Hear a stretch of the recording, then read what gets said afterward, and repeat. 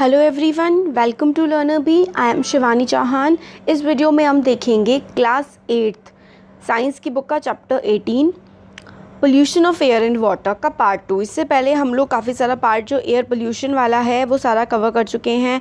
Case study ये ताजमहल वाली cover हो गई है पूरी। अब हम लोग जो मेनली ग्रीन हाउस गैसेस भी हमने देख लिया है कि क्या होता है, ग्लोबल वार्मिंग क्या होती है, ये हमने पूरा कंप्लीट कर लिया है। तो अब देख लेते हैं व्हाट कैन बी डन, क्या किया जा सकता है। तो काफ़ी सारी देखिए मैनी सक्सेस स्टोरीज़ हैं। हमारी जो फाइट अगेंस्ट एयर पोल्यूशन है ना, हम लोगों की जो एयर पोल्यूशन के ख़िलाफ़ जो लड़ाई है उसमें काफ़ी सारी हमारी सक्सेस स्टोरीज़ भी हैं जहाँ पे हम लोग काफ़ी सफल हुए हैं एयर पोल्यूशन को कम करने में। तो एग्जाम्पल के लिए कुछ साल पहले Delhi was one of the most polluted cities in the world. देखिए आज भी है, आज कोई बहुत ज़्यादा कंडीशन चेंज हुई नहीं है। तो it was being choked by fumes release from automobiles running on diesel and petrol. फिर भी कुछ पहले के कंपैरिजन में भी बेटर हो गया है। तो डीजल पे गाड़ियाँ चला करती थी और जो फैक्ट्रीज़ होती थी उसमें से काफ़ी ज़्यादा फ्यूम्स निकला करता था। तो एक डिसीज़न लिया गया कि सारे के सारे जो वहाँ पे व्हीकल्स हैं वो सीएनजी पे स्विच कर दिए जाएं। तो सीएनजी और बाकी जो अनलेडेड पेट्रोल, मतलब पेट्रोल में क्या होता है ना, पेट्रोल और डीजल जो होता है इसमें लेड होता है और लेड ह्यूमन के लिए और बाकी जो लाइफ फॉर्म्स हैं अर्थ पे सबके लिए बहुत ही ज़्यादा हार्मफुल होता है। तो दिल्ली गवर्नमेंट ने ये डिसाइड किया कि व्हीकल्स में सीएनजी का इस्तेमाल किया जाएगा और अनलेडेड बिना लेड के पेट्रोल का इस्तेमाल किया जाएगा। और ये मेजर्स जो हैं, these measures resulted in cleaner air for the city. तो इससे कंपैरेटिवली सिटी की जो हवा है वो क्लीन हो गई। बाकी और भी कुछ एग्जाम्पल होते हैं, आप कह रहे हैं कि अपने एरिया में से अपने फ्रेंड्स के साथ शेयर करिए कि किस तरीके से रिड्यूस किया जा सकता है एयर पोल्यूशन को। अब ये वही है कि हमें क्रैकर्स मतलब पटाखों को ना बोलना चाहिए, क्योंकि पटाखे भी बहुत ज़्यादा एयर पोल्यूशन करते हैं और दिवाली के टाइम पे एयर पोल्यूशन जो है वो काफ़ी ज़्यादा फैल जाता है पटाखे जलने की वजह से। उसमें भी देखिए हमने पिछले वीडियो में पढ़ा था नाइट्रस ऑक्साइड, सल्फ़र ऑक्साइड, इस तरीके के ऑक्साइड्स जो हैं वो हवा में रिलीज़ होती हैं। अब देखिए quality of air at various locations, जो अलग अलग लोकेशंस हैं उसमें क्वालिटी ऑफ एयर मॉनिटर की जाती है गवर्नमेंट के द्वारा और गवर्नमेंट की काफ़ी सारी एजेंसीज़ के द्वारा। और डाटा जो है वो यूज़ किया जाता है अवेयरनेस जनरेट करने में about air pollution among friends and neighbours. तो मतलब एयर पोल्यूशन के बारे में लोगों में अवेयरनेस होनी चाहिए कि कितना ज़्यादा हमारी सेहत के लिए हानिकारक होता है, हमारी हेल्थ को कितना ज़्यादा ये नुकसान पहुँचाता है। जैसे कि जो गाड़ियाँ होती हैं हम लोग यूज़ करते हैं ना, कार्स और बाइक स्कूटीज़ वगैरह, उसमें से आपने देखा होगा कि मान लीजिए आप ट्रैफिक सिग्नल पे रुके हुए हैं और आगे वाली जो गाड़ी है उसमें से बहुत ही ज़्यादा फ्यूम निकल रहा है, तो आप काफ़ी अनईज़ी फील करते हैं, अच्छा नहीं लगता है आपको, आप मुंह बंद करते हैं, आंखें बंद करते हैं, आंखों में भी जलन होने लगती है। तो एयर पोल्यूशन के बहुत ही ख़राब इफ़ेक्ट्स होते हैं हमारी हेल्थ के ऊपर। तो हम लोगों को ज़रूरत है अल्टरनेटिव फ्यूल्स पे स्विच करने की। जो फोसिल फ्यूल्स होते हैं, देखिए फोसिल फ्यूल्स होते हैं, फोसिल का मतलब होता है जो ज़मीन में से निकलता है सदियों पहले, कई हज़ार साल पहले जो पेड़ हैं, जो जानवर हैं वो ज़मीन में धंस गए थे और उन्हीं से क्या है बहुत ही हाई टेम्परेचर और प्रेशर उन पे पड़ा। ये कोल एंड पेट्रोलियम वाले चैप्टर में हमने पढ़ा है अपनी 8th क्लास में। तो उसकी वजह से क्या हुआ, कोल और पेट्रोलियम प्रोड्यूस हुआ है। मगर क्या है, इन सब में कार्बन का अमाउंट बहुत ही ज़्यादा होता है। तो जब ये फोसिल फ्यूल्स कोल पेट्रोलियम ये जब हम बर्न करते हैं, जब जलाते हैं ना, तो इससे क्या होता है बहुत ज़्यादा पोल्यूटेंट्स निकलते हैं, कार्बन मोनोऑक्साइड निकलती है और ऑक्साइड्स ऑफ नाइट्रोजन और फिर बहुत ज़्यादा जो चीज़ें हमारे लिए हार्मफुल होती हैं। तो इसलिए कहते हैं कि अल्टरनेट एनर्जी पे स्विच कर दीजिए। अल्टरनेट एनर्जी होती है solar energy, hydro power, wind energy. तो solar energy, water, hydro power, wind energy, ये वाली जो एनर्जी है ना, इसमें बिल्कुल मतलब कंपैरेटिवली बहुत ही कम पोल्यूशन होता है और इस तरीके की गैसेस तो नहीं निकलती हैं। सोलर एनर्जी क्या है, सूरज की रोशनी से आप अपने सोलर पैनल की हेल्प से चार्ज कर सकते हैं और आपकी लाइटें जल सकती हैं और गाड़ियाँ भी चल सकती हैं। इसमें से कोई धुआं नहीं निकलता है, कोई पोल्यूशन नहीं होता है। तो ये काफ़ी अच्छा ऑप्शन है। और क्या कर सकते हैं, स्मॉल कंट्रीब्यूशन जो हमारा पार्ट है वो हम दे सकते हैं इन्वायरमेंट में बचाने के लिए। जैसे कि हम क्या कर सकते हैं, हम ट्रीज़ प्लांट कर सकते हैं ताकि जो है हमारा नेबरहुड, देखिए आपने भी पता बड़ा अच्छा फील किया होगा जब अगर आप किसी एरिया में होते हैं और वहाँ पे जब बहुत सारे प्लांट्स होते हैं ना तो हमें अच्छा फील होता है, और जहाँ पर पेड़ नहीं होते हैं, वहाँ पर ग्रीनरी नहीं होती है, हमें अच्छा नहीं फील होता है। तो हमें ज़्यादा से ज़्यादा पेड़ प्लांट करने चाहिए, है ना। और वन महोत्सव के बारे में आपको पता होगा, जहाँ पे क्या होते हैं लाखों पेड़ लगाए जाते हैं जुलाई में हर साल। तो वन महोत्सव मनाया जाता है। ये पिक्चर में बच्चों को पेड़ लगाते हुए दिखाया गया है। अब वही बूझो और पहेली। Once happened to go to an area where some people were burning dry leaves। तो एक बार वो बूझो पहेली गए थे किसी इलाके में जहाँ पे कुछ लोग जो है ड्राई लीव्स सूखी पत्तियों को जला रहे थे। तो उसकी वजह से जब आपने देखा होगा ना धुआं बहुत ज़्यादा होता है तो हमें खांसी आने लगती है। और बल्कि क्या करना चाहिए, बेटर ऑप्शन है जो सूखी पत्तियाँ हैं उनको ज़मीन में डाल दिया जाए। वो खाद का काम करती हैं और मतलब ज़मीन को वो और भी ज़्यादा अच्छा बनाती हैं। और बर्निंग से तो बहुत ज़्यादा पोल्यूशन होता है। तो हमने एयर पोल्यूशन के बारे में बात कर ली है। अब आता है वाटर पोल्यूशन। तो इसे बताते हैं कि क्लास 8 में आपने पढ़ा होगा कि क्लास 8 में तो आप पढ़ ही रहे हैं, क्लास 7 में आपने पढ़ा था कि वाटर जो है वो बहुत ही प्रेशस का मतलब होता है बहुत ही कीमती। वाटर बहुत ही कीमती रिसोर्स है। बिना पानी के तो हम रह ही नहीं सकते हैं, है ना। कि जब प्यास लग रही हो ना, कोला शोला जो होते हैं ना, ये सारे के सारे कोल्ड ड्रिंक्स और कुछ नहीं काम आता है, पानी ही काम आता है ना। तो वाटर जो है वो बन रहा है स्कैर्स, मतलब काफ़ी कमी हो रही है क्योंकि हम लोग की पोल्यूशन एक तो बढ़ रहा है, पानी गंदा भी हो रहा है, बहुत ज़्यादा साफ़ पानी को हम गंदा कर रहे हैं।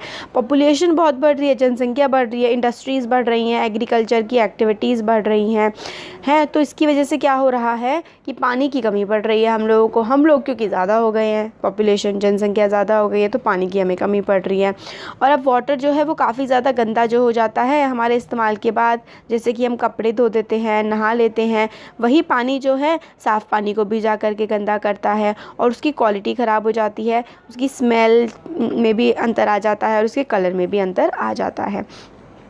जब भी हार्मफुल सब्सटेंसेस जैसे कि sewage, toxic chemical, silt etcetera water में मिक्स हो जाते हैं तो वाटर पोल्यूट हो जाता है और यही सब्सटेंस हमारे क्या होते हैं, वाटर पोल्यूटेंट्स होते हैं। तो जैसे कि sewage, toxic chemicals, silt. Sewage होता है जो हमारे घर की गंदगी होती है ना, ह्यूमन वेस्ट जो होता है इसको हम सीवेज कहते हैं। और टॉक्सिक केमिकल्स जो फैक्ट्रीज से रिलीज़ किए जाते हैं। और सिल्ट मतलब जैसे गारा गंदगी वगैरह जो जब पानी में मिल जाती है ना तो वो पानी को काफ़ी ज़्यादा पोल्यूट कर देती है, पानी को गंदा कर देती है और उसी को हम वाटर पोल्यूशन कहते हैं। अब आगे बताया गया how does water get polluted. Water pollution हमने देख लिया कैसे होता है, सीवेज, टॉक्सिक केमिकल, सिल्ट वगैरह के मिलने से। अब हमें देख रहे हैं हम कि वाटर पोल्यूट कैसे होता है। तो देखिए Ganga one of the most famous river है हमारे देश की। अब इसमें बहुत ज़्यादा मतलब गंगा कहाँ से बहती है, उत्तराखंड के गंगोत्री ग्लेशियर से निकलती है, फिर यूपी में भी बहती है वो, फिर झारखंड में भी जाती है, वेस्ट बंगाल में भी जाती है और फिर अगर दूसरी तरफ देखें दिल्ली से होती हुई फिर एमपी में भी उसकी काफ़ी सारी ट्रिब्यूटरीज़ होती हैं सहायक नदियाँ, जो छोटी नदियाँ बड़ी नदी में आके मिल जाती हैं। तो हम लोगों ने देखा है कि मतलब फेमस नदी है बहुत ज़्यादा गंगा, बहुत सारे एरिया को कवर करती है। ये देखिए दिखाया गया है यहाँ पे, है ना। ये देखिए गंगोत्री ग्लेशियर से निकल रही है, फिर उत्तर प्रदेश, बिहार, वेस्ट बंगाल, फिर झारखंड वगैरह में जा रही है। तो लाखों करोड़ों लोग रहते हैं जो गंगा पे डिपेंड करते हैं अपनी रोज़मर्रा की ज़रूरतों के लिए, हम अपनी लाइवलीहुड के लिए। हाउएवर रिसेंटली एक जो स्टडी आई है world wild life fund for nature की, तो ये इम्पॉर्टेंट है कि किसकी स्टडी से हमें पता लगा है, WWF world wide fund for nature की, ठीक है। तो उन्होंने बताया है कि गंगा जो है दुनिया की 10 मोस्ट जो एंडेंजर्ड नदियां हैं ना, एंडेंजर्ड का मतलब होता है जो नदियां खतरे में है, दुनिया की जो 10 नदियां खतरे में हैं जिनका एग्जिस्टेंस ऐसा माना जा रहा है कि वो ख़त्म हो जाएंगी, उनमें से एक गंगा भी है। उसके पोल्यूशन लेवल जो है वो काफ़ी ज़्यादा बढ़ रहा है। हम लोग इस स्टेज पे पहुंच चुके हैं क्योंकि जो टाउन्स हैं, सिटीज़ हैं, उनके अराउंड जो है रिवर फ्लो करती है, वो अपनी सारी गंदगी, अपना सीवेज, डेड बॉडीज़ और बाकी बहुत सारी हार्मफुल चीज़ें डायरेक्टली रिवर में फेंक देते हैं। और river is dead at many place where pollution is so high that aquatic life can not survive. हम लोग अपनी सारी गंदगी जो है, जैसे अपनी गार्बेज हो गया, अनट्रीटेड सीवेज ह्यूमन वेस्ट, जो हम लोग घर में सारी चीज़ें गंदगी, पानी मतलब टॉयलेट का पानी हो गया और नहाने का जो सारा पानी होता है वो सारा का सारा नदियों में पहुंच जाता है नालों की सहायता से। तो अनट्रीटेड सीवेज, डेड बॉडीज़, लोग मतलब मरे हुए लोगों को फेंक देते हैं ऐसे ही नदियों में, वो उससे कितनी गंदी होती हैं। इंडस्ट्रीज़ अपनी गंदगी सारी की सारी नदियों में फेंक देते हैं डायरेक्टली। तो बहुत सारी प्लेसेस पे जो पोल्यूशन की वजह से पोल्यूशन इतना ज़्यादा हो गया है नदियों में कि नदियाँ डेड हो चुकी हैं, मतलब उसमें कोई एक्वेटिव लाइफ, मछलियाँ वगैरह कुछ मिलती ही नहीं है, सब ख़त्म हो चुका है। तो क्या किया गया है, एक ambitious Ganga action plan start किया गया था 1985 में, बट आज तक भी गंगा साफ़ नहीं हो पाई है, इतने साल हो गए हैं, लगभग 35 साल।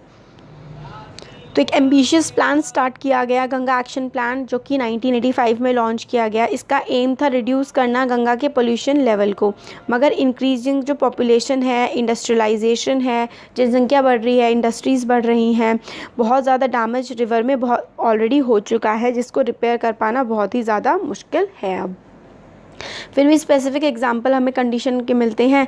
गंगा जो कि कानपुर में है, वो one of the most polluted stretches of river है, क्योंकि कानपुर एक तो कानपुर का जो इलाका है जहाँ से गंगा बहती हुई निकलती है, तो वो बहुत ही ज़्यादा गंदा है। कानपुर की एक तो बहुत ज़्यादा पोल्यूशन, मतलब पोल्यूशन तो है ही वहाँ पे, पोल्यूटेड है और पॉपुलेटेड है।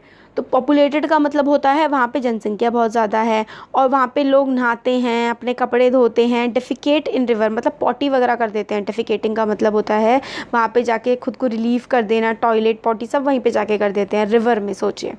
और वो वहाँ पे अपना कूड़ा फेंकते हैं, और भगवान की मूर्तियाँ भी वहीं पे फेंकते हैं, और नॉन डिग्रेडेबल पॉलीथीन के जो बैग्स खाना वाना लेके आते हैं वहाँ बैठते हैं, पॉलीथीन नदी में ही फेंक देते हैं। इसकी वजह से बहुत ही ज़्यादा जो है गंगा गंदी हो रही है।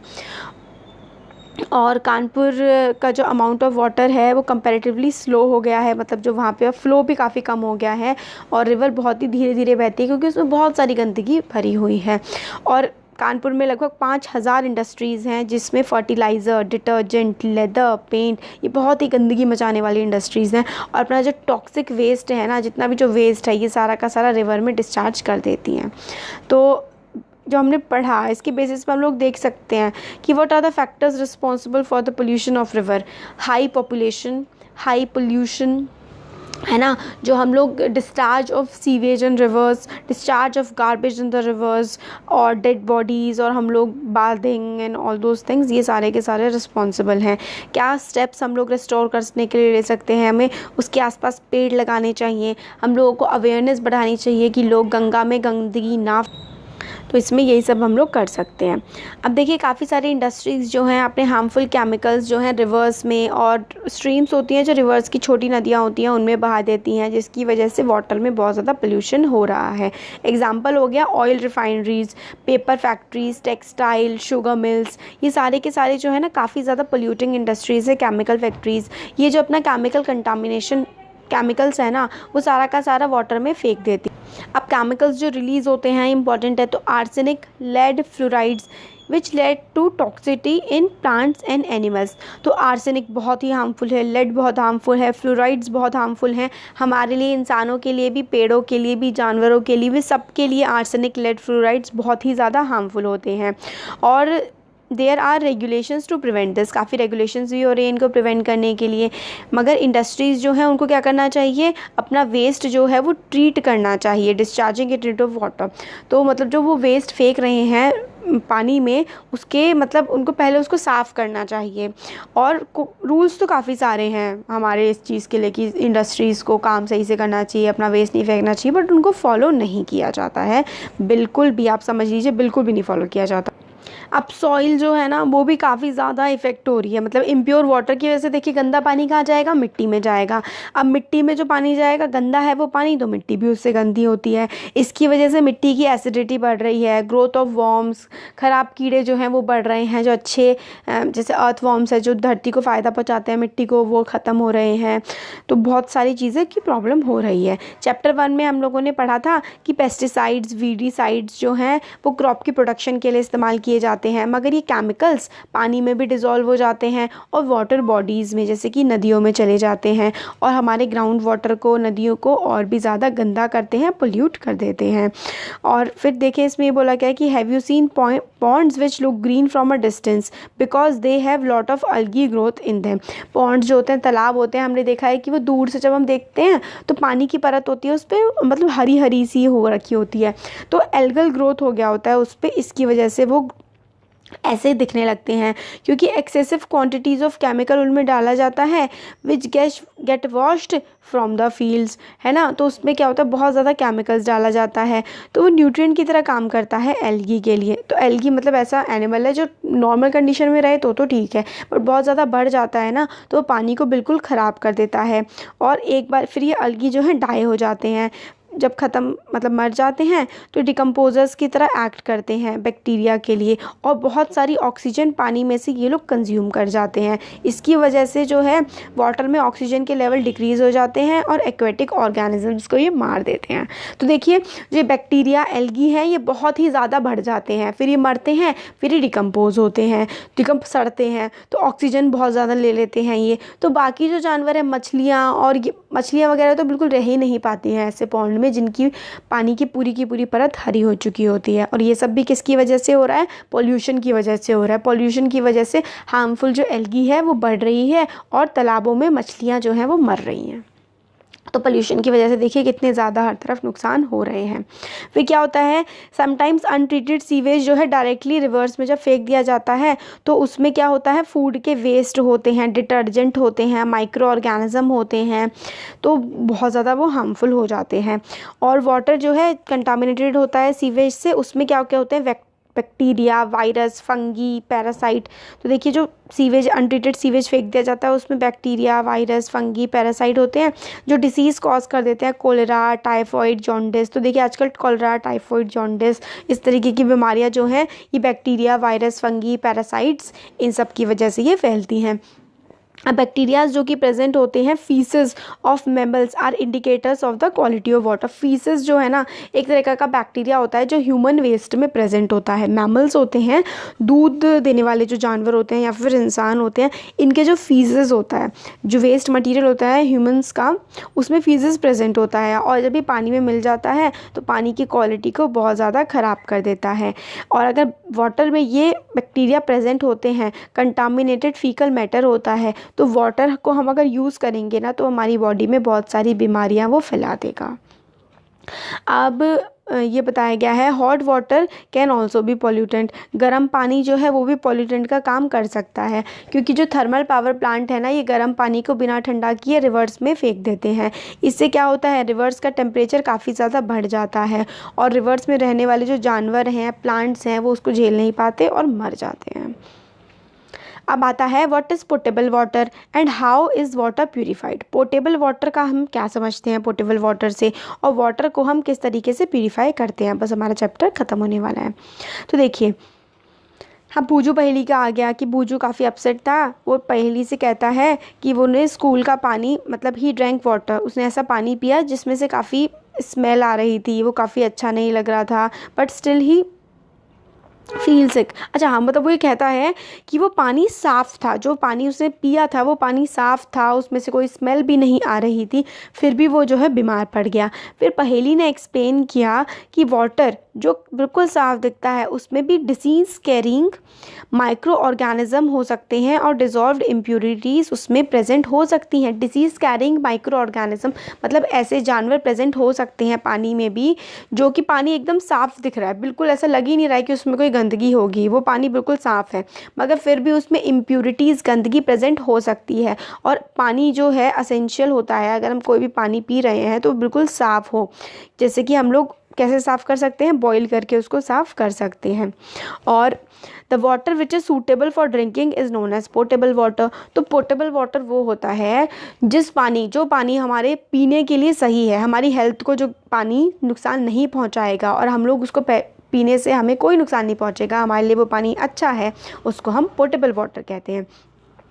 आपने काफ़ी सारे फिज़िकल केमिकल प्रोसेसेस जो हैं वो सीवेज ट्रीटमेंट प्लांट में मतलब देखे होंगे, जैसे कि प्लांट जो है पानी को क्लीन करता है डिस्चार्ज करने से पहले वाटर बॉडीज़ में। सिमिलरली म्यूनिसिपल बॉडीज़ जो हैं वो ट्रीट करती हैं वाटर को, साफ़ करती हैं। जैसे कि म्यूनिसिपैलिटी से पानी आता है ना हाउस होल्ड्स में, घरों में, तो उसको भी साफ़ किया जाता है क्या। और फैक्ट्रियाँ भी कई बार साफ़ करती हैं पानी को, है ना। तो अब इस डू यू नो वाला देख लेते हैं कि 25% जो है world's population is without safe drinking water. मतलब 25% दुनिया की ऐसी आबादी है जिसको 25% लोगों को दुनिया में साफ़ पीने का पानी नहीं मिलता है। तो देखिए, अगर आपको मिलता है तो आप कितने लकी हैं। पानी को गंदा मत करिए, पानी को वेस्ट मत करिए। पानी बहुत ही प्रेशियस चीज़ है, बिना पानी के मतलब ज़िंदगी है ही नहीं। तो पानी वेस्ट हमें नहीं करना चाहिए। तो वही इसमें let us see how water can be made safe for drinking. हम बता रहे हैं कि वाटर को किस तरीके से हम लोग सेफ़ बना सकते हैं पीने के लिए। तो आपने देखा है कि वाटर जो है फ़िल्टर किया जाता है। फ़िल्टरेशन जो है वो फ़िज़िकल मेथड होता है इम्प्योरिटीज़ को हटाने का। Popular house hold filter is a candle type filter. Candle जैसा फ़िल्टर होता है जिससे हम लोग पानी को साफ़ कर लेते हैं। काफ़ी सारे हाउस होल्ड जो है बॉईल करते हैं पानी को। बॉईल करने के बाद भी जो है जर्म्स उसमें होते हैं वो किल हो जाते हैं, ख़त्म हो जाते हैं और वो पानी हमारे लिए सेफ़ होता है। तो फ़िल्टर यूज़ कर सकते हैं, बॉईल कर सकते हैं पानी को। क्लोरीनेशन जो है वो काफ़ी कॉमनली यूज़ है। Chlorination is commonly use chemical method for purifying water. तो क्लोरीनेशन भी एक काफ़ी इंपॉर्टेंट मेथड है पानी को प्यूरीफाई करने का। और कैसे करते हैं, क्लोरीन के टैबलेट ऐड करते हैं या फिर ब्लीचिंग पाउडर ऐड करते हैं पानी में। मगर we must be cautious, we should not use more chlorine tablets than specified. मगर बहुत ज़्यादा क्लोरीन टैबलेट भी हम लोग को इस्तेमाल नहीं करनी चाहिए। जितनी ज़रूरत है उतनी ही करनी चाहिए। What can be done. अब किया क्या जा सकता है भाई, इतना पोल्यूशन है, सब कुछ है, तो हम क्या करें। तो जो इंडस्ट्रीज़ के लिए लॉज है ना, वो laws for industrial unit should be strictly implemented so that polluted water is not disposed of directly into lakes and rivers. तो देखिए, जो लॉज बना दिए गए हैं सरकार के द्वारा वो बिल्कुल स्ट्रिक्टली इम्प्लीमेंट हो, मतलब बिल्कुल सख्त तौर पर उन कानूनों का पालन किया जाए और ऐसे ही पानी कहीं पर भी ना बहाने दिया जाए। मतलब पानी जो रिवर्स में, लेक्स में डालना है अगर, तो उसको पहले साफ़ करें फिर ही डालने दें। वाटर ट्रीटमेंट प्लांट जो हैं इंस्टॉल होने चाहिए सारे के सारे इंडस्ट्रियल एरियाज़ में। और हम लोग अगर बात करें इंडिविजुअल लेवल पर, हम लोगों को बहुत ही कॉशियसली पानी को सेव करना चाहिए और पानी को वेस्ट नहीं करना चाहिए। रिड्यूस, रीयूज़ एंड रिसाइकल, ये हमारा मंत्र होना चाहिए किसी भी चीज़ को यूज़ करने का, चाहे पानी हो चाहे कुछ भी हो। हम लोगों को डेली यूज़ में भी अपना पानी बचाना चाहिए। क्रिएटिव चीज़ें हो सकती हैं जैसे कि reusing water for washing and for other task. For example, हम लोग पानी को कैसे यूज़ कर सकते हैं, जो हम लोग वेजिटेबल धोने के लिए पानी इस्तेमाल करते हैं उसको हम लोग अपने गार्डन में डाल सकते हैं। जैसे हम लोग सब्जियां धोने के लिए पानी का इस्तेमाल जो करते हैं, सब्जियां धोते हैं उसको फेंक देते हैं, उसकी बजाय उस पानी को हम लोग गार्डन के पेड़ों में डाल दें जा कर के। ये एक एग्जांपल हो सकता है। Pollution is no longer a distant phenomena, मतलब दूर की बात नहीं है, अब तो हम रोज़ ही देखते हैं। हमारी लाइफ को ये बहुत ही बुरी तरीके से बर्बाद कर रहा है। हम लोगों को ये रियलाइज़ करने की ज़रूरत है कि इको फ्रेंडली प्रोसेसेस हम लोग इस्तेमाल करें ताकि हमारा जो प्लैनेट, हमारी जो अर्थ डेंजर में है, हम उसको बचा सकें। अब इसमें ये है एक डू यू नो कि अगर हम लोग ब्रश करते हुए टैप को, टंकी को खुला रखें तो हम लोग मिलियंस ऑफ लीटर वाटर बर्बाद कर सकते हैं हर साल। बहुत ज़्यादा हम लोग पानी बर्बाद कर देते हैं। इसलिए हम लोगों को जब हम ब्रश कर रहे होते हैं तो टैप को बंद कर देना चाहिए और जब अब ज़रूरत हो तब उसको खोल लें। तो ये चैप्टर का पूरा चैप्टर जो है इसका एक्सप्लेनेशन हमारा हो गया है। आपको कैसा लगा वीडियो कमेंट सेक्शन में कमेंट करके बता सकते हैं। अच्छा लगा तो देखिए लाइक ज़रूर करिएगा और चैनल को सब्सक्राइब ज़रूर करिए, क्योंकि मैं डेली के डेली आप लोगों के लिए वीडियोज़ लेकर के आती हूँ। Thank you.